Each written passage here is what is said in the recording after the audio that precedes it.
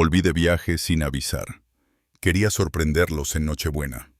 La casa, en las afueras de Salamanca, estaba iluminada y el sonido de las copas brindando llegaba hasta el porche. Dejé la maleta junto a la puerta y avancé despacio, con ese nudo en la garganta que uno no sabe si es emoción o advertencia. En el balcón, mi esposa Laura lloraba en silencio, mirando las luces del árbol. Dentro, mi hijo Daniel reía con sus suegros como si nada faltara. Nadie se percató de mi regreso. Me quedé ahí, quieto, observando, y entendí todo sin necesidad de escuchar una sola palabra. Déjenme contarles desde el principio cómo un hombre que lo dio todo por su familia regresó a casa para descubrir que lo habían sustituido. Y cómo la venganza, cuando nace del dolor y se ejecuta con paciencia, puede ser tan silenciosa como implacable. Me llamo Rafael Ibáñez, tengo 65 años y soy propietario de una cadena de casas rurales y bodegas en Castilla y León. Hace más de 3 décadas, cuando nadie apostaba por el turismo enológico, yo arriesgué cada euro que tenía para levantar mi primer alojamiento entre los viñedos de Toro. Hoy, esas bodegas producen más de 50,000 botellas anuales y las reservas llegan con meses de antelación. Muchos admiran el éxito, pero pocos conocen el precio. Laura, mi esposa, ha sido mi compañera desde los días en que lavábamos las sábanas de los huéspedes a mano y dormíamos en una habitación sin calefacción. 38 años juntos, con altibajos, pero con lealtad. O eso creía. Nuestro hijo Daniel, de 35 años, estudió arquitectura, aunque nunca ejerció más allá de los planos que dibujaba para justificar el dinero que le enviábamos. Hace 5 años se casó con Clara, una mujer refinada, hija de empresarios de Valladolid, con gusto caro y sonrisa medida. Al principio fue amable, casi encantadora. Luego, simplemente ocupó cada espacio. Daniel se alejó poco a poco. Las llamadas se hicieron escasas, las visitas, un recuerdo. Papá entiende, me decía. Clara necesita estar cerca de su familia. ¿Y tú, hijo? ¿Dónde quedas tú? Silencio. Mientras tanto, seguía enviándoles dinero cada mes. Lo que empezó como ayuda se convirtió en sustento. Alquiler del piso en el centro, coche de alta gama, vacaciones en Italia. Y los gemelos, nuestros nietos, que solo conocíamos por fotografías. Laura sufría sin decirlo. Cada vez que le insinuaba que bastaba ya de mantenerlos, me pedía paciencia. Es nuestro hijo, Rafael. Y sí, lo era. Mi único hijo. Pero también el espejo de mi mayor decepción. Aquel diciembre, cuando crucé el umbral de nuestra casa, comprendí que la familia que yo había construido ya no me pertenecía. Solo que ellos todavía no sabían que lo perderían todo. Ese noviembre, decidí tomarme unas semanas para visitar nuestras bodegas en La Rioja y cerrar acuerdos de distribución antes de las fiestas. Era un viaje necesario, o al menos eso me repetía para justificar el cansancio que llevaba arrastrando. Laura, mi esposa, insistió en que me despejara. Ella tenía compromisos con una fundación local que apoyaba a familias rurales y, según dijo, le vendría bien quedarse sola unos días. ¿Cuánto tiempo estarás fuera, Rafael?, preguntó aquella mañana mientras me ayudaba a cerrar la maleta. 3 semanas, quizá 4. Quiero revisar las obras en Zamora y reunirme con los nuevos inversores en Haro. Pero volveré antes de Nochebuena, te lo prometo. Te voy a echar de menos. Y yo a ti, le respondí besándole la frente. Durante las primeras 2 semanas todo pareció normal. Laura me enviaba mensajes cada día. Fotos del jardín, del perro, incluso de los gemelos jugando cuando Daniel los llevaba de visita. Sus palabras mantenían viva la rutina, pero luego algo cambió. Los mensajes se hicieron escasos, más fríos, sin aquella ternura habitual. Las llamadas se volvieron apresuradas. Sonaba distraída, lejana. ¿Estás bien, Laura?, le pregunté una noche.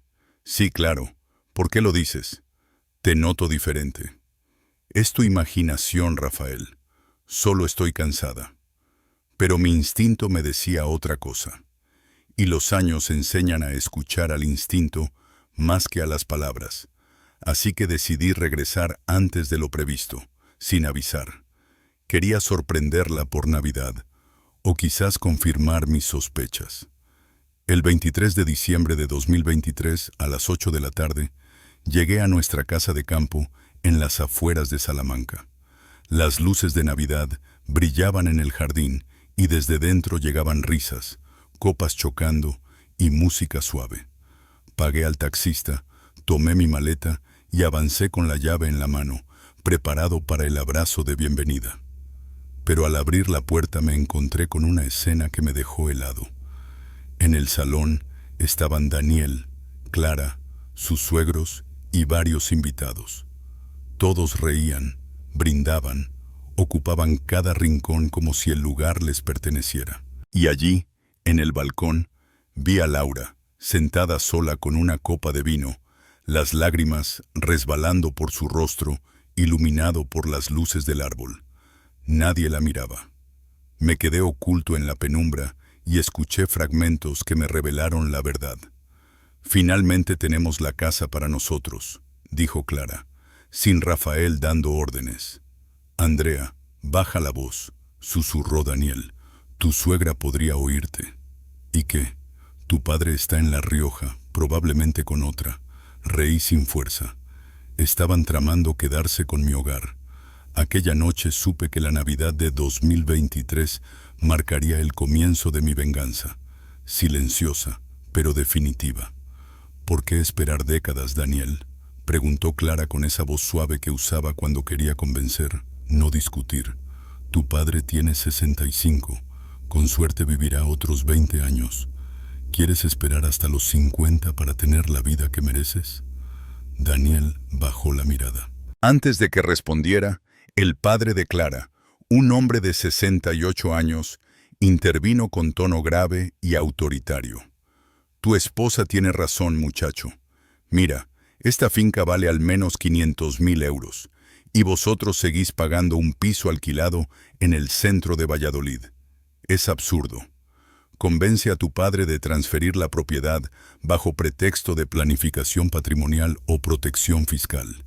Es lo más lógico. No creo que funcione, balbuceó Daniel. Funcionará, aseguró Clara. Tu madre es más sensible. Si tú te acercas, si le hablas con cariño, ella cederá. Y una vez que ella esté de nuestro lado, Rafael no tendrá escapatoria. Yo, Rafael Ibáñez, escuchaba todo desde la penumbra del pasillo.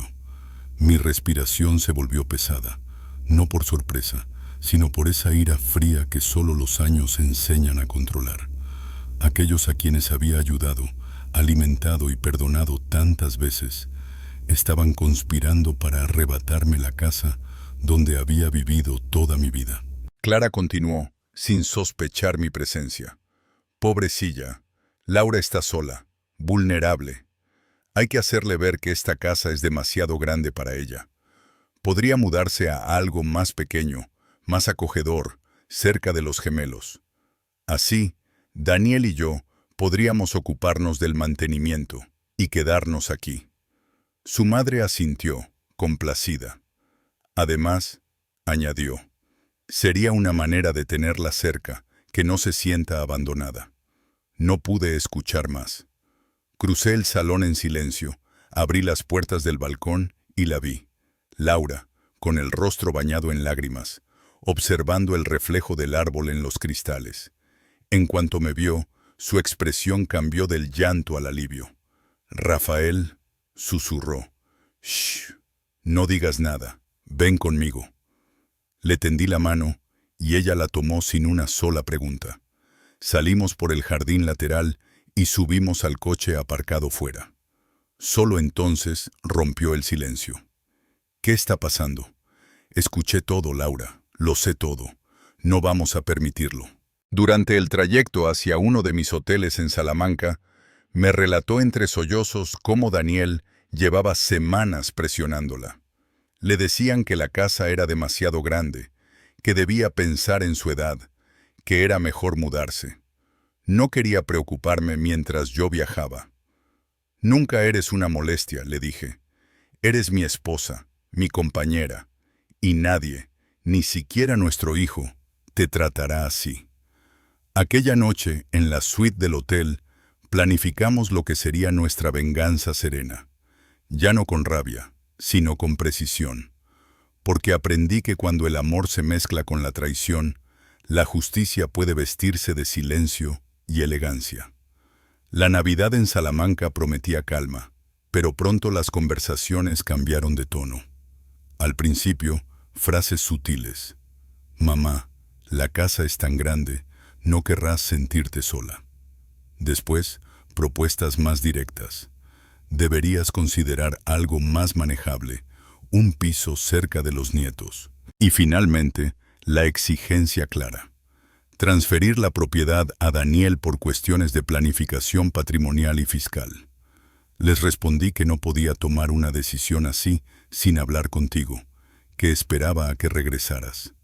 Esa prudencia les enfureció. Clara, con voz cortante, afirmó que solo hacía falta firmar unos papeles y que yo lo entendería en cuanto me explicaran. Sus padres, con sonrisas calculadas, apoyaron la idea como si fuera lo más sensato. Daniel intentó convencerme con ternura falsa. Si realmente me quieres, confía en mí. Clara apeló a la culpa. Es egoísta aferrarse a una casa que ya no usas. La presión fue constante, no violenta, pero sí manipuladora. Se filtraron amenazas emocionales, despliegues de teatralidad y comentarios destinados a minar mi seguridad. Hoy, de manera abrupta, dijeron que ya habían hablado con un abogado y que los documentos estaban listos para firmar. Cuando dije que esperaríamos a que volvieras, explotaron. Organizaron una fiesta improvisada, celebrando como si la casa ya fuera suya. Abracé a Laura mientras sollozaba. Sentí una mezcla de rabia y tristeza que hervía en silencio. No solo protegería a mi mujer, pensaba, sino que también daría una lección a Daniel, a Clara y a sus cómplices. Les mostraría hasta dónde puede llegar la determinación de alguien traicionado. Le pedí a Laura que se quedara en la suite del hotel y que no contactara a nadie. Descansa, le dije. Déjamelo a mí. En las siguientes horas actué con frialdad calculada. Llamé primero a mi abogado, que se encontraba en Valladolid, y le expliqué la emergencia. Necesito la revocación del poder que otorgué a Daniel esta misma noche, un cambio completo del testamento y la constitución de un fideicomiso donde Laura figure como beneficiaria vitalicia. Lo demás, a obras benéficas. Ordené. Después hablé con el cerrajero de confianza. Cambio inmediato de cerraduras y nueva alarma con códigos exclusivos para Laura y para mí. Acordó empezar en 2 horas con prioridad máxima. Finalmente contacté al comandante de la Guardia Civil que conocía por asuntos de seguridad en mis establecimientos. Le pedí apoyo. Hay personas ocupando mi vivienda sin autorización. Necesito su retirada esta misma noche con respaldo legal. Así, organicé la defensa de lo que era nuestro. No buscaba humillar, sino preservar dignidad y patrimonio. La Navidad había dejado de ser un día de tregua. Sería la primera escena de una respuesta serena, precisa y definitiva. Preparé además instrucciones notariales para impedir cualquier gestión bancaria sin la firma de Laura y la mía. Esta vigilancia legal y práctica sería la barrera definitiva contra quienes confían en la prisa y la ambición. No los subestimen nunca más. La conversación con el comandante fue fría y efectiva. Si están en su casa sin autorización y han estado coaccionando a su esposa, Es una cuestión seria, dije. Tengo indicios de fraude, de coacción y de una conspiración para apropiarse de la propiedad mediante engaño. Necesito que intervengan. ¿Tiene pruebas?, preguntó. Las tendré en 1 hora, respondí. Mientras tanto, ocupan mi vivienda sin permiso y presionan a Laura. No lo toleraré. Mientras esperaba, regresé al domicilio, pero no entré. Me oculté en el jardín a oscuras, desde donde veía la fiesta a través de las ventanas iluminadas.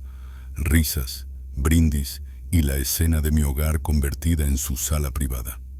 Activé el móvil y empecé a grabar. Videos claros, con fecha y hora, de Daniel, de Clara y de sus acompañantes celebrando, consumiendo vino de mi bodega y hablando de planes para quedarse en la casa. Esa evidencia visual complementaría el relato de Laura. A los 30 minutos escuché una conversación decisiva. Clara hablaba con su madre en voz alta, segura de que nadie la oía. Ya casi lo tenemos.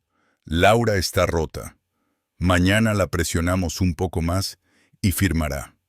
Le diremos que Rafael ya aprobó, que solo falta su firma y entonces será legal. Se me enrareció el estómago. Grabé cada frase con la certeza de que su arrogancia sellaba su destino. Si creían que podrían forzar a mi mujer con palabras y fiestas, estaban equivocados. A medianoche, mi abogado llegó con un dossier voluminoso. En su despacho repasamos las medidas urgentes: revocación inmediata del poder notarial que había concedido a Daniel, modificación del testamento y constitución de un fideicomiso en favor de Laura como beneficiaria vitalicia. A su fallecimiento, el patrimonio legaría a 3 fundaciones seleccionadas por nosotros. Además, documentamos una cláusula específica que desheredaba a cualquier persona que incurriera en conspiración para defraudar o coaccionar con el fin de obtener bienes mediante engaño. El letrado subrayó la solidez del expediente. Lo fundamentaremos con las grabaciones, mensajes, el testimonio de Laura y la evidencia documental de las gestiones que intentaron realizar sin su consentimiento. Todo quedó listo para ejecutarse de inmediato. Paralelamente, hablé con el cerrajero para cambiar cerraduras y con la central de alarmas para instalar códigos exclusivos. Llamé otra vez al comandante y le expliqué. Hay ocupantes no autorizados. Necesito que se proceda a la desocupación con soporte legal. Él confirmó que enviaría una unidad tras revisar la documentación que le remití por correo. Mientras tanto, sentí una mezcla de tristeza y firmeza. No buscaba venganza cruel. Pretendía proteger a Laura y preservar el legado que habíamos construido. Aquella noche, en la que intentaron convertir mi casa en su botín, quedó marcada como el inicio de la defensa legal y moral que pondría fin a su conspiración. Al amanecer, todo estaría ordenado: justicia, control y la tranquilidad que merecía mi esposa tras tanto desamparo, y nadie volvería a humillarla jamás. Si quieres que continúe con la escena siguiente, la entrada de la Guardia Civil, la retirada de los ocupantes o la ejecución de las medidas notariales, lo escribo ahora manteniendo la misma coherencia. La madrugada siguiente se desarrolló con una precisión que nunca imaginé necesitar. A la 1, el cerrajero terminó el cambio de todas las cerraduras. A las 4, el sistema de alarma y las cámaras transmitían en directo a la central. A las 5, el notario confirmó la inscripción en el registro: fideicomiso irrevocable con Laura como beneficiaria vitalicia.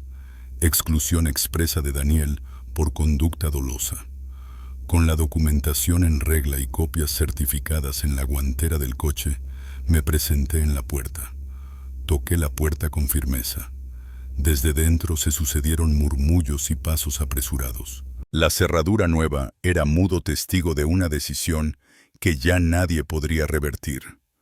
Cuando la puerta se abrió, Vi a Daniel con la mirada velada, a Clara envuelta en una bata que no disimulaba su arrogancia, y a los padres de ella con la expresión congelada. El comandante Ruiz habló con autoridad.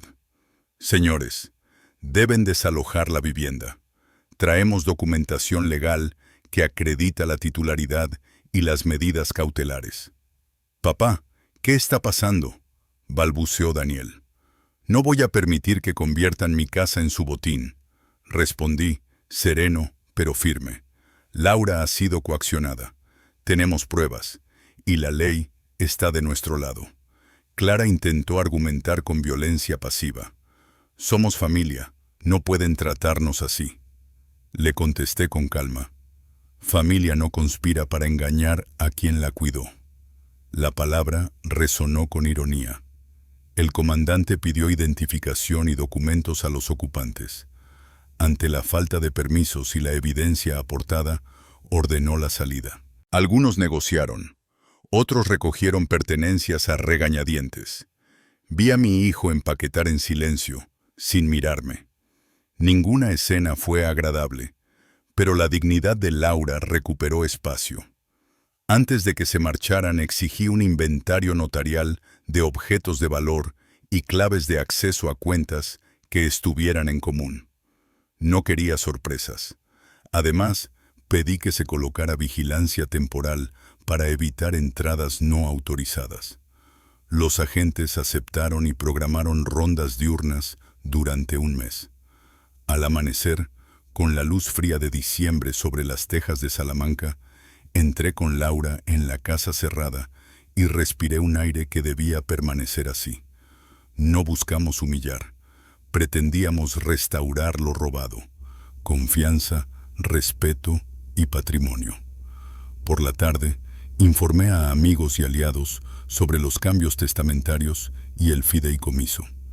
La noticia corrió entre conocidos y las fundaciones seleccionadas fueron notificadas para preparar la aceptación eventual de la herencia solidaria. Sabía que las heridas tardarían en cicatrizar, pero la lección ya estaba aprendida.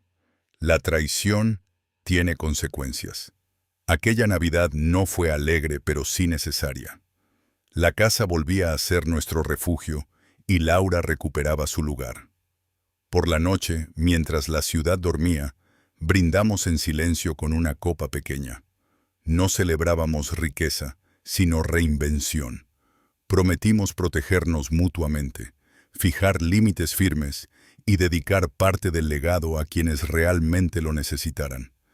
Esa fue nuestra verdadera victoria y paz duradera juntos. Con esposas si es necesario, ordenó el comandante Ruiz. Esto es abuso, gritó Clara con los ojos desorbitados. Voy a denunciarte, Rafael. Hazlo, respondí con calma. Aquí tienes las escrituras registradas a las 4 de la mañana. Fideicomiso irrevocable, Nuevo Testamento y desheredación completa. Todo legal, todo permanente. Además, tengo las grabaciones de vuestras conversaciones planeando el fraude, conspirando contra Laura. Si sigues, las presentaré ante el juzgado. El padre de Clara intentó intervenir. Rafael, seamos razonables. Esto puede resolverse sin escándalos. No hay nada que resolver, le interrumpí. Tenéis 30 minutos para recoger vuestras pertenencias personales. Después, os vais. Si vuelven a acercarse a Laura o la contactan, presentaré cargos por coacción, intento de fraude y conspiración. Y créanme, con las pruebas y los abogados que tengo, perderéis cada recurso. Daniel, suplicó Clara, haz algo. Es tu padre, contrólalo. No puede, repliqué, porque ya no tengo obligación con él. Daniel eligió su camino, traicionó, mintió y prefirió la codicia. Ahora que asuma las consecuencias. 30 minutos. Empieza a empacar. Vi cómo entraban cabizbajos, recogiendo sus cosas. Los niños lloraban confundidos, mientras los oficiales esperaban conmigo en el jardín. El sol despuntaba sobre los tejados de Salamanca, tiñendo la mañana de Navidad con un tono helado e inolvidable. 25 minutos después, salieron con maletas y miradas vacías. El comandante dispuso una patrulla para escoltarlos hasta los límites de la ciudad, asegurándose de que no regresaran. «Gracias por todo, Rafael», dijo el comandante al despedirse. «Solo espero que sepas lo que haces. Esto va a dejar heridas profundas». «Ya había heridas», contesté, «solo que ahora son visibles». Entré a mi casa de verdad, ahora limpia de engaños. Caminé habitación por habitación, recogiendo vasos, platos, restos de una celebración que nunca debió existir. Cuando terminé, la casa olía de nuevo a hogar. Me dirigí al hotel donde Laura me esperaba despierta, con los ojos hinchados de preocupación. «¿Qué pasó?», preguntó al verme. «Se fueron, y no volverán», respondí. «La casa está protegida, legal y financieramente, y hay algo más que debes saber. Es tuya. Está a tu nombre en el fideicomiso. Nadie podrá quitártela jamás». «Rafael», susurró ella, temblando, «también cambié el testamento». «Todo lo que tenemos, las bodegas, las fincas, los hoteles, queda bajo tu administración vitalicia. Después irá a obras benéficas. Daniel no heredará nada». «Pero es tu hijo». «Lo fue», dije con tristeza, hasta que decidió vernos como obstáculos. Laura rompió a llorar, pero sus lágrimas esta vez eran distintas, no de miedo, sino de alivio. Afuera, la ciudad celebraba la Navidad. Dentro, nosotros brindábamos por la dignidad recuperada. «¿Y ahora qué hacemos?», me preguntó Laura con la voz aún temblorosa. «Ahora vivimos sin el peso de un hijo traidor», le respondí. «Sin miedo, sin conspiraciones. La paz llega cuando sabes que has protegido lo tuyo. Y Laura, si Daniel algún día demuestra un cambio real, si muestra arrepentimiento genuino, entonces quizá, solo quizá, consideraremos un acercamiento. Pero hasta entonces, nada. Ni dinero, ni contacto, ni excusas». Durante los días siguientes llegaron mensajes, algunos de Daniel, otros de Clara y hasta de sus padres. Los había furiosos, amenazando con demandas, otros falsamente compasivos, implorando perdón, y algunos, los peores, calculadores, buscando negociar. No respondí a ninguno. No había negociación posible con quienes rompieron la confianza más sagrada. Una semana después de Navidad de 2023, Daniel apareció en la recepción de uno de mis hoteles de Salamanca. Mi asistente me avisó. «Don Rafael, su hijo está aquí». «¿Llamo a seguridad?» «No, déjalo pasar. Quiero oír qué tiene que decir». Entró a mi despacho con el rostro abatido, ojeroso, casi irreconocible. Se sentó sin que lo invitara. «Papá, no soy tu padre», lo interrumpí. «Soy Rafael Ibáñez, o Don Rafael, si prefieres.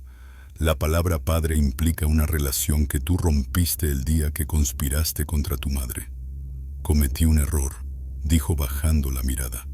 «¿Error? Planeaste robar la casa, coaccionar a Laura, manipular documentos y traer a tu familia política para presionarla. Eso no es un error, Daniel. Es una conspiración. Y la única razón por la que no estás ante un juez es porque Laura me lo pidió. Lo siento de verdad. ¿Lo sientes o solo lamentas haber sido descubierto? Porque tengo las grabaciones. En ninguna se escucha remordimiento, solo codicia. Fue Clara. Ella me presionó. No culpes a Clara. Eres un hombre adulto con educación. Elegiste cada paso. Nadie te obligó a traicionar. ¿Y qué? ¿Me vas a borrar de tu vida? ¿Negarás a tus nietos? Negaré a quien viva sin valores. Si tus hijos crecen viendo que la traición no tiene consecuencias, ¿qué tipo de adultos serán? Prefiero que crezcan lejos de mi influencia antes que aprendan el ejemplo equivocado. Solo dame una oportunidad. Ya te la di, durante años. Te di educación, casa, dinero, confianza. Lo devolviste con mentiras. ¿Quieres otra oportunidad? Gánatela solo. Sin mi dinero, sin mi herencia». Se quedó en silencio. Si en 5 años demuestras que eres un hombre íntegro, que valoras a tu familia más que al dinero, entonces hablaremos. Pero hasta entonces, nada. 5 años es mucho. La traición duró meses. Las consecuencias, Daniel, durarán lo que haga falta. Antes de irse, murmuró: ¿Puedo hablar con mamá? Eso lo decidirá ella, respondí. Y lo vi salir con la mirada del que por fin entiende que el perdón no se exige, se merece. Pero Daniel, si la contactas, si intentas manipularla o haces cualquier cosa que la presione, se acabó para siempre. Le advertí con voz firme, sin más oportunidades. Lo entiendo, respondió cabizbajo. Entonces vete y empieza a construir la vida que debiste forjar hace 10 años. Una basada en tu esfuerzo, no en mi dinero. Se marchó sin mirar atrás. Me quedé en la oficina con una mezcla extraña de satisfacción y tristeza. Había ganado.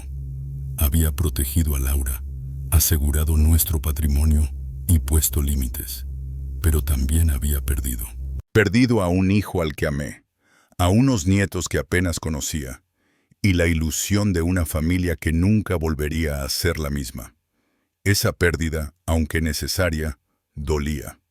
Los meses siguientes fueron silenciosos. Volver a la casa en las afueras de Salamanca, recorrer las habitaciones donde se urdió la traición, mirar el balcón donde Laura lloró aquella Nochebuena, todo pesaba. Había fantasmas en cada rincón. Laura procesaba la herida a su manera. Algunos días se mostraba serena, agradecida por la protección que le ofrecí cuando más lo necesitaba. Otros, en cambio, lloraba en silencio, lamentando al hijo perdido, los nietos ausentes y la familia fracturada que, quizás, ya no tendría reparación. ¿Hicimos lo correcto?, me preguntó una noche, 2 meses después de Navidad, mientras mirábamos las luces de la ciudad desde el balcón. Hicimos lo único posible, le respondí. Si hubiéramos cedido, después habrían ido a por las bodegas, las fincas, todo. No habrían parado nunca. Lo sé, pero era nuestro hijo, Rafael, nuestro único hijo, y ahora no lo tenemos. Nos perdió él primero, Laura. Hace años nos abandonó emocionalmente, solo que no quisimos verlo. Guardó silencio. Un hijo que conspira contra su madre, que la ve como obstáculo, ese no es un hijo, añadí con amargura. Es alguien con tu sangre, pero sin tu lealtad. Si algún día cambia, si demuestra integridad, entonces quizá, dentro de 5 años, lo evaluaremos. Pero el perdón no puede ser barato. Tendrá que ganarlo con hechos, no con palabras. Laura asintió, con lágrimas contenidas. Mientras tanto, continué, vivamos sin culpa, disfrutemos lo que construimos juntos. Pero vivir sin culpa era más difícil de lo que imaginaba. Porque aunque Daniel había traicionado, en mi memoria aún habitaba aquel niño que jugaba en el jardín del primer hotel, antes de la codicia, antes de Clara, antes de todo. Y me dolía pensar que, quizá, había fallado como padre, que mi éxito pudo haber sido su sombra. Laura, percibiendo mi conflicto, me acarició la mano. No es tu culpa, Rafael. Daniel tuvo amor, educación y ejemplo. Él eligió ignorarlos. Esa fue su decisión, no tu error. Tenía razón, lo sabía, pero la culpa, como una sombra larga, no se disolvía. 3 meses después de aquella Navidad, recibí una llamada inesperada. No era Daniel, sino Clara. Don Rafael, necesito hablar con usted. No tenemos nada que hablar, le respondí con voz helada. Por favor, solo 5 minutos. No es sobre dinero ni sobre la casa, dijo Clara al teléfono. Solo necesito decirle algo. Su tono no era el altivo de antes. Sonaba cansado, casi resignado. Acepté. Mañana a las 2. 5 minutos, ni uno más. Gracias de don Rafael. Llegó puntual, sola. Sin Daniel, sin ese aire de superioridad que solía acompañarla. Vestía sencillo, sin maquillaje, con los ojos enrojecidos. «Gracias por recibirme», dijo. «Tienes 5 minutos. Úsalos bien. Daniel y yo nos estamos divorciando». Aquello me tomó por sorpresa. «¿Y por qué me lo dices?» «Porque quiero que sepa que no fue solo mi culpa, que sí, participé, pero también he tenido tiempo de pensar. Y usted tenía razón. Fue una conspiración, una traición, y no hay excusa». «Entonces, ¿por qué lo hicisteis?», pregunté. «Por codicia, por impaciencia, porque creíamos que merecíamos más. Yo crecí en una familia donde el dinero siempre estaba, donde nunca se trabajaba de verdad, y pensé que la riqueza era un derecho, no algo ganado. Ahora vivo en un piso pequeño. Trabajo en una tienda en el centro de Salamanca, ganando lo justo. Y he aprendido, aunque tarde, que nada se regala, ni el respeto, ni el dinero. ¿Por qué me cuentas esto? Porque quiero que al menos una persona de esa conspiración entienda el daño que causó. No le pido perdón ni reconciliación, solo que sepa que he aprendido, y que Daniel está luchando, busca empleo, intenta cuidar a los niños. No sé si lo conseguirá, pero lo intenta». Guardé silencio. Ella prosiguió. «Sus nietos no tienen culpa, don Rafael. Merecen conocerle a usted y a Laura. No ahora, pero algún día». «Lo consideraré», respondí medido. «Pero los niños aprenden de sus padres. Si vosotros no cambiáis, acercarlos a nosotros solo traerá más dolor». «Lo entiendo», dijo, con voz quebrada. «Pero estoy intentando ser distinta, mejor. Sé que me llevará años, pero ya he empezado». Se marchó sin mirar atrás. Me quedé en la oficina procesando lo ocurrido. ¿Era auténtica o simplemente una estrategia nueva? No podía saberlo, pero había algo en su tono, en su mirada, que no vi antes. Humildad.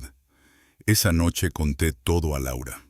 «¿Le crees?», me preguntó. «Quiero creerla, pero he sido engañado antes», admití. «Tal vez esta vez sea sincera. O tal vez no». Laura me miró con ternura. «No puedes vivir desconfiando para siempre. En algún momento tendrás que decidir. O das una oportunidad o cierras la puerta para siempre». No respondí. Aún no lo sabía. 6 meses después de aquella Navidad de 2023, un amigo me llamó. «Rafael, tu hijo trabaja conmigo, en mi firma de arquitectura». «¿De verdad?», pregunté sorprendido. «Sí, solicitó el puesto como cualquier otro. No mencionó que era tu hijo. Es responsable, puntual, diferente de lo que me habían contado. Y por primera vez en mucho tiempo, sentí que quizá, solo quizá, algo estaba empezando a cambiar». «¿Qué reputación?», pregunté sorprendido. «La de que Daniel era un hijo consentido, que no trabajaba y que vivía de tu dinero», respondió mi amigo, dueño de la firma de arquitectura. «Pero Rafael, ese no es el hombre que tengo delante. Veo a alguien con hambre, determinado, intentando probar algo». «¿Probar qué?». «Tal vez que puede ser más que el hijo de un hombre exitoso, que puede construir algo suyo». Sus palabras me dejaron pensativo. ¿Era Daniel realmente otro hombre? ¿O solo representaba un papel para quienes sabían que yo acabaría enterándome? No podía estar seguro, pero al menos estaba trabajando, y eso ya era un paso. Un año después de aquella Navidad de 2023, Laura recibió una carta escrita a mano. No pedía dinero, ni perdón, ni reconciliación. Solo compartía fragmentos de vida. «Mamá, sé que papá dijo 5 años. Sé que no debo contactar, pero necesitaba que supieras que los niños preguntan por vosotros. No sé qué decirles. No quiero mentir, pero tampoco quiero explicar que su padre fue un idiota que traicionó a su familia. Les digo que vivís lejos, que os queremos, pero que ahora no podemos vernos. Y lo aceptan porque son inocentes. Pero un día me preguntarán más, y tendré que contarles cómo perdí todo por mi codicia. No te pido perdón ni olvido, solo que sepas que pienso en ti, que os echo de menos y que estoy intentando ser el hombre que debí ser desde el principio. Laura lloró mientras la leía. Me mostró la carta en silencio. ¿Qué piensas?, preguntó con voz quebrada. Pienso que suena sincero, respondí, pero las palabras no bastan. Solo los actos sostenidos en el tiempo valen. Y los niños, Rafael, son inocentes. Lo sé. Pero si los vemos, Daniel volverá a entrar en nuestras vidas, y aún no sé si puedo confiar. ¿Y cómo sabrás si ha cambiado? Con tiempo, con coherencia, con hechos, pero prefiero la distancia temporal al dolor de otra traición.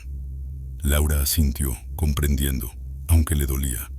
No respondió a la carta.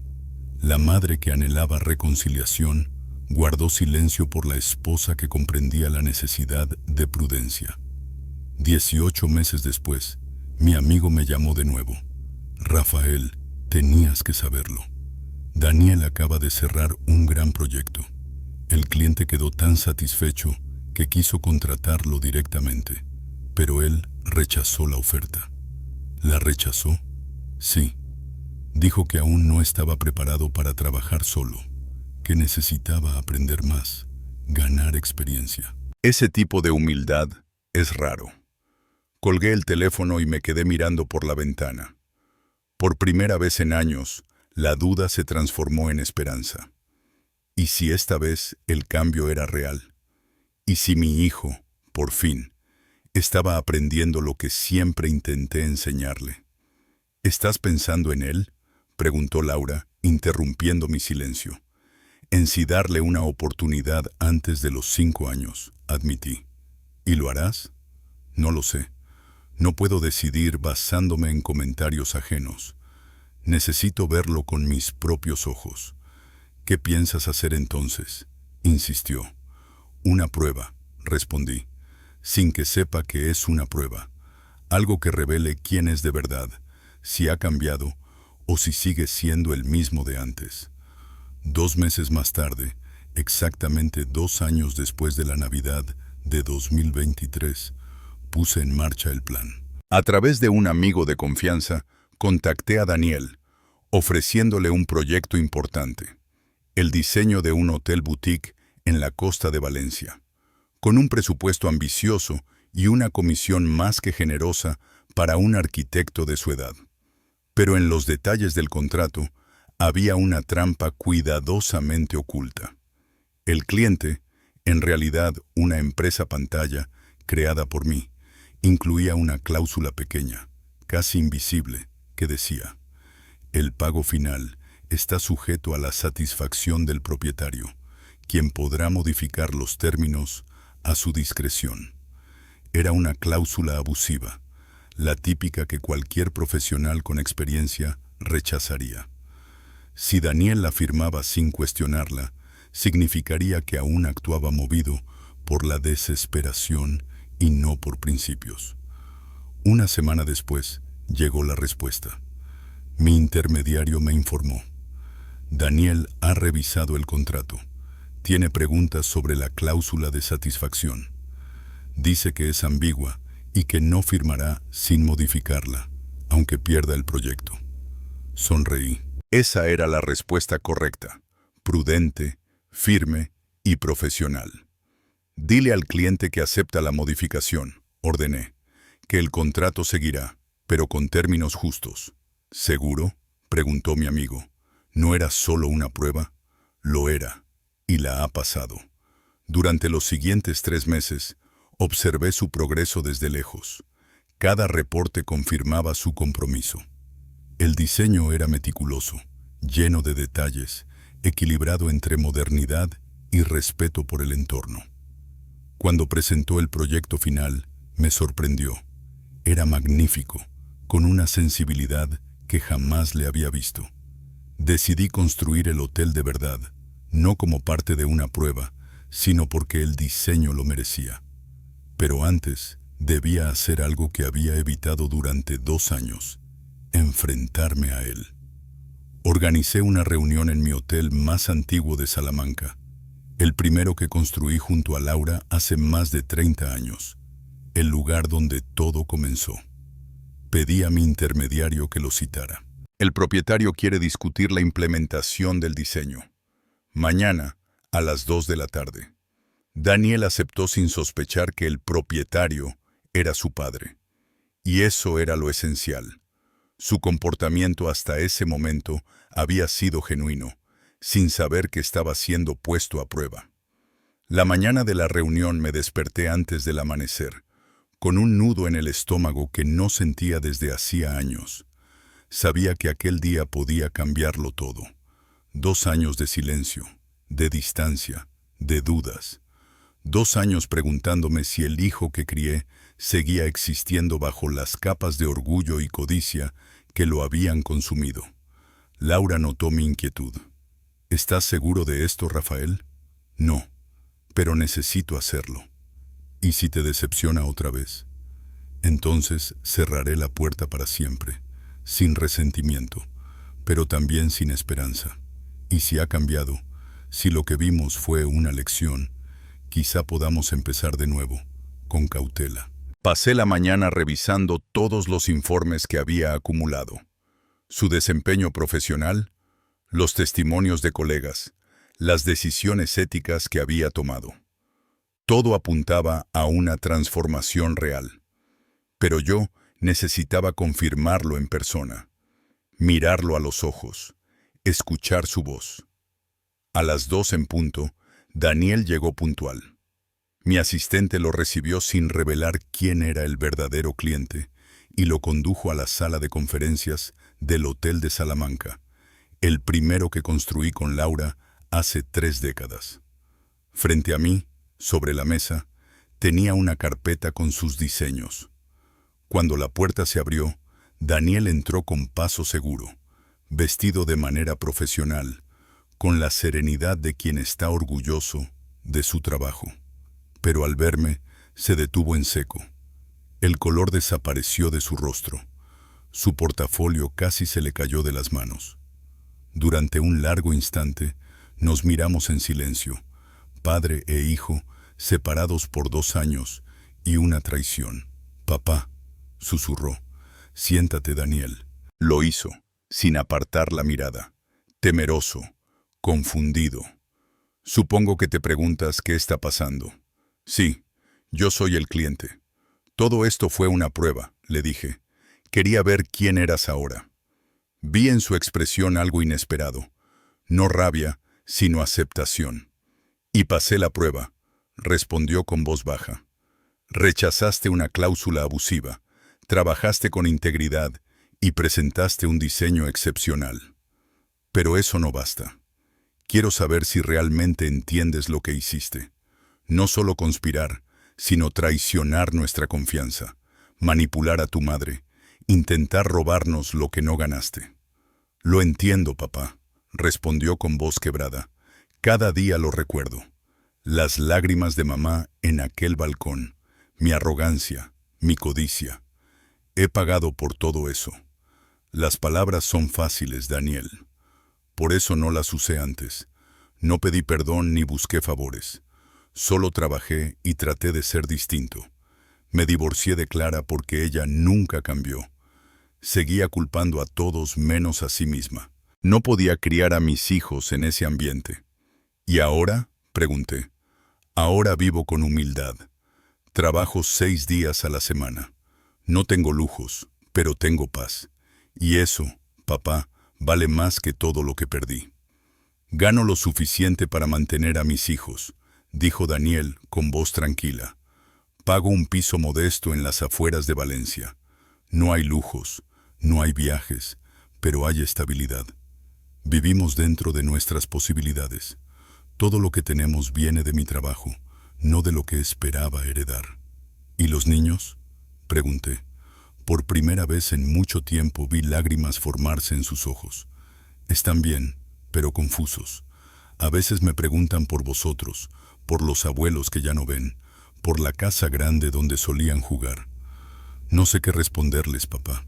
La verdad es demasiado dura, que su padre fue un imbécil que destruyó su propia familia. pero tampoco puedo mentirles. Así que intento explicarles, de forma que 2 niños de 5 años puedan entender que los adultos a veces cometen errores muy grandes y que las consecuencias duran años. Guardé silencio. Aquellas palabras pesaban como plomo. Lo observé con atención. Ya no era el hombre arrogante de antes, sino alguien más maduro, más cansado quizás, pero también más real. Daniel, ¿por qué rechazaste aquel proyecto independiente? El cliente es amigo mío. Me dijo que lo habías hecho, pregunté. Porque no estaba preparado, respondió sin dudar. Toda mi vida tomé atajos. Creí que el apellido bastaba, que el dinero lo solucionaba todo. Pero fracasé, una y otra vez, porque nunca construí nada desde la base. Cuando me ofrecieron ese proyecto, vi la trampa, repetir el mismo patrón. Así que decidí esperar, aprender, trabajar más. Asentí en silencio. Fue una decisión sabia. No lo hice para impresionarte, papá, añadió con sinceridad. Ni siquiera sabía que estabas observando. Pensé que me habías borrado de tu vida. Estos 2 años fueron míos, sin audiencia, sin expectativas. Por eso son reales. Lo miré fijamente. En su voz había algo nuevo, verdad. Eso cuenta, Daniel. No sé si lo suficiente para un perdón completo, pero sí para considerar algo. ¿Algo como qué?, preguntó, esperanzado. Como una reconexión parcial. Hablaremos con Laura y si ambos lo vemos posible, podríamos iniciar contacto limitado con los niños. Ellos no merecen pagar por tus errores. Daniel bajó la cabeza. Eso sería más de lo que merezco. No se trata de merecer, respondí. Se trata de oportunidad, de demostrar que el cambio es real. Pero habrá condiciones, y son innegociables. Acepto cualquiera, dijo sin dudar. Primera, nunca se habla de dinero, herencia ni propiedades. Esos temas están cerrados. Entendido. Segunda, reconexión gradual. Comenzaremos con videollamadas, luego visitas cortas y supervisadas. Perfecto. Tercera, si detectamos una sola señal de manipulación o codicia, todo termina, sin apelaciones. Es justo. Y cuarta, hice una pausa. La cuarta la decidirá tu madre. Ella fue quien más sufrió, y solo ella puede decirte si queda algo por reconstruir. El testamento seguirá igual, le dije con firmeza. La desheredación completa no cambia, ni ahora ni en el futuro próximo. Tal vez, dentro de algunos años, si demuestras constancia absoluta, podríamos considerar una modificación menor. Pero no lo esperes. Construye tu vida asumiendo que no recibirás nada. Daniel asintió con serenidad. Ya lo estoy haciendo, papá. Y sinceramente, no quiero herencia, no quiero dinero. Solo quiero recuperar la relación contigo y con mamá. Eso vale más que cualquier propiedad.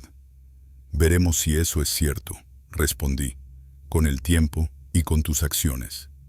Lo demostraré durante el tiempo que haga falta. Después de casi 2 horas de conversación franca, de preguntas duras y respuestas que parecían sinceras, tomé una decisión. Está bien. Hablaré con Laura. Le contaré lo que vi hoy. Si ella se siente cómoda, organizaremos una videollamada contigo y los niños. Veremos cómo va. Daniel no pudo contener las lágrimas. Gracias, papá. Gracias por darme esta oportunidad. No la desperdiciaré, lo prometo. Las promesas son palabras, le advertí. Lo que cuenta son los hechos. Esa misma noche hablé con Laura. Le relaté todo con detalle. ¿Crees que su cambio es real?, preguntó. Quiero creerlo. Las señales apuntan a que sí. Pero necesitamos tiempo. Observación constante. Daremos un pequeño paso. Una videollamada con los nietos. ¿Cuándo? El domingo. Nos da unos días para prepararnos. Llegó el domingo. Preparamos el salón del hotel familiar en Salamanca, donde la conexión sería más estable. A la hora acordada, la pantalla se iluminó, y vimos a Daniel en su piso modesto, con sus 2 hijos, Miguel y Sofía. «Niños», dijo suavemente, «estos son vuestros abuelos, el abuelo Rafael y la abuela Laura». Miguel, tímido, asintió. «De las fotos», susurró. «Sí», sonreí, «pero hoy vamos a hablar de verdad». Durante casi 1 hora conversamos sobre el colegio, sus dibujos, los juegos que inventaban juntos. Eran dulces, espontáneos, completamente inocentes del pasado que los adultos habíamos arruinado. Laura lloraba en silencio, lágrimas de felicidad, de tristeza por el tiempo perdido, de esperanza por lo que aún podía venir.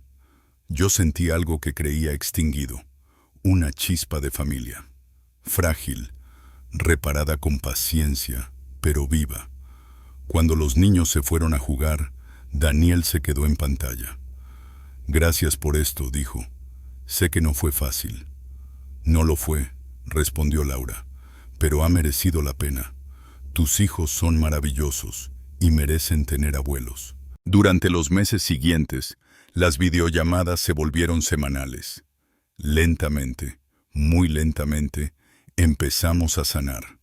No por completo, algunas heridas son demasiado profundas, pero lo suficiente para recuperar algo de lo perdido. 3 años después de aquella Navidad, invitamos a Daniel y a los niños a venir a Salamanca por un fin de semana. Con reglas claras, se alojarían en el hotel, no en casa. Visitarían durante el día y volverían a su habitación por la noche. Era un paso pequeño, pero era un paso hacia la reconciliación. Y cuando Daniel llegó aquel viernes, bajando del coche con Miguel y Sofía de la mano, noté algo en su mirada. Una gratitud sincera, humilde, que no intentaba disimular. Por primera vez en muchos años, sentí un orgullo silencioso, pequeño, pero auténtico. Aquel hombre que una vez había caído tan bajo, ahora parecía estar levantándose de verdad. El fin de semana transcurrió con cautela. Hubo silencios incómodos, recuerdos que aún dolían, pero también momentos hermosos. Miguel y Sofía jugaban en la playa de Salamanca, mientras Laura les enseñaba a hacer castillos de arena. Daniel los observaba desde lejos, con una sonrisa llena de ternura y respeto, como si entendiera el valor de cada segundo compartido. La última noche, después de dejar a los niños en el hotel, Daniel regresó solo. «Papá», dijo, «solo quería darte las gracias por este fin de semana, por la oportunidad». «No me agradezcas todavía», respondí. «Esto es solo el principio». «Lo sé, pero necesito decir algo. Cuando conspiré para quedarme con la casa, pensaba que aseguraba el futuro de mis hijos, pero estaba equivocado. Les habría enseñado que la codicia funciona, que traicionar a los tuyos es aceptable. Ahora intento enseñarles lo contrario, que los errores se pagan, que el perdón se gana y que la familia no se mide en dinero, sino en respeto. Ese, papá, es el legado que quiero dejarles». Sus palabras me conmovieron más de lo que esperaba, y por primera vez creí que hablaba desde el alma. Durante el siguiente año, las visitas continuaron cada 2 meses. Daniel seguía creciendo profesionalmente, ganando reconocimiento en Valencia por su trabajo, no por su apellido. 3 años y medio después de aquella Navidad, vino a verme con una noticia importante. «Papá, me ofrecieron una sociedad en la firma donde trabajo. Necesito una inversión inicial, unos 300.000 euros. Pero no vengo a pedirte dinero, sino consejo. ¿Crees que debería hacerlo con un préstamo o esperar hasta ahorrar más?»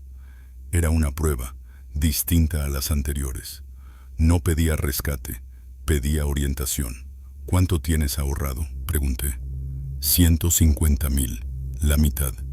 «¿Y si te presto el resto, con contrato formal, intereses justos y un plan de pago real, lo aceptarías?»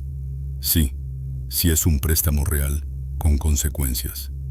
«Entonces lo haremos», dije, «pero si fallas, no habrá segundas oportunidades». Firmamos el acuerdo con abogados y durante los 2 años siguientes, Daniel pagó cada mensualidad puntual. Su negocio prosperó y su reputación también. Era un hombre nuevo.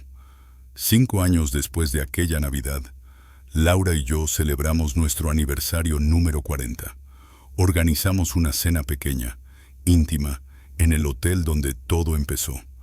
Por primera vez en 5 años, invitamos a Daniel y a los nietos, no como símbolo de perdón total, sino como reconocimiento de un cambio sostenido.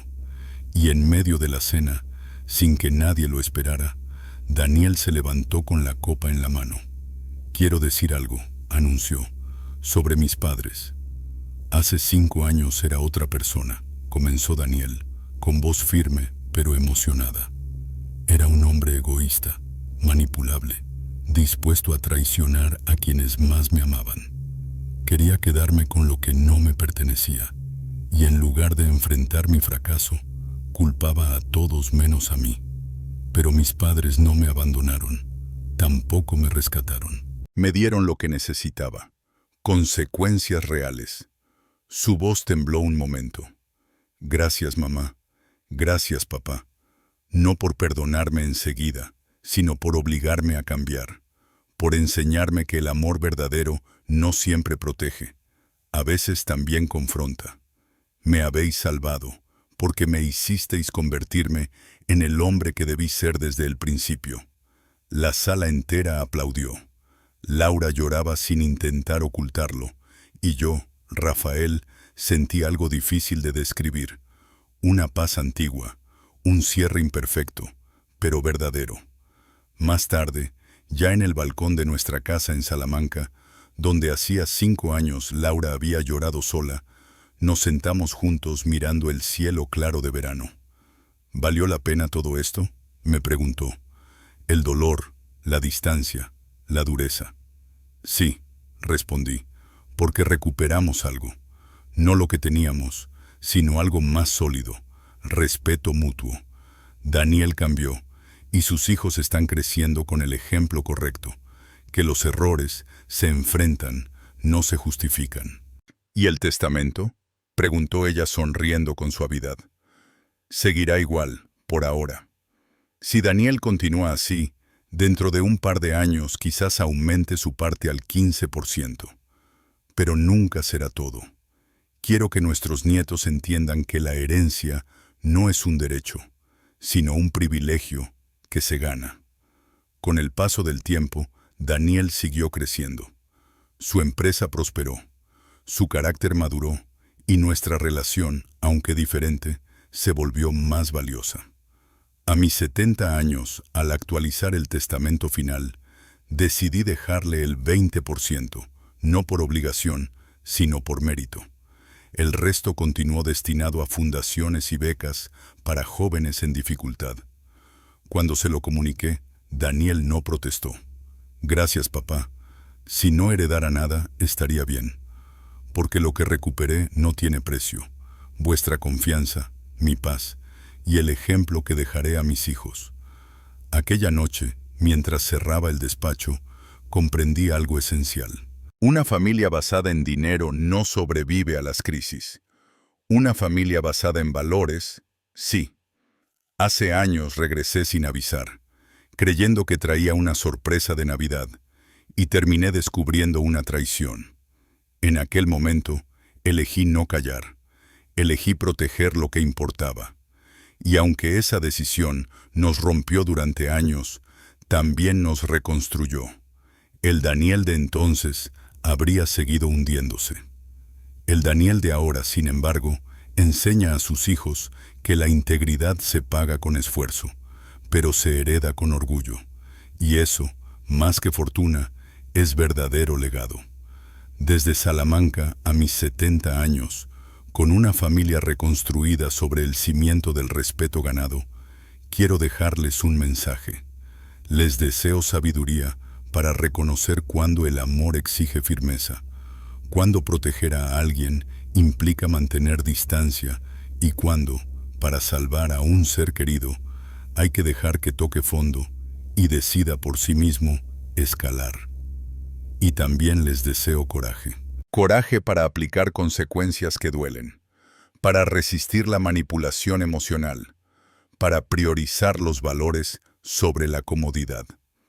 Daniel conspiró contra nosotros y pagó el precio durante años, pero también ganó algo infinitamente más valioso, la oportunidad de transformarse en un hombre íntegro, de carácter verdadero.